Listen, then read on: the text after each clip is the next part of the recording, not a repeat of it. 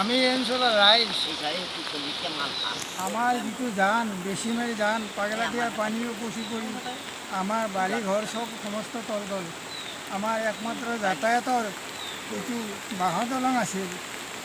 সেই দলংখনো গ'ল। এতিয়া আমি কি উপায় কৰি বাচি থাকোঁ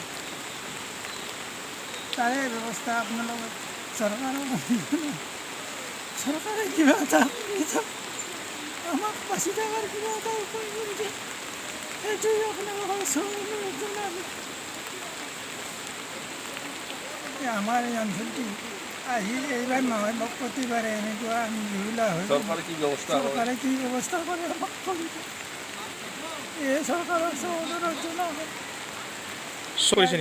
কোনো লোক এতিয়ালৈকে ইয়াত উপস্থিত হোৱা নাই। আমাৰ কি অৱস্থা হৈছে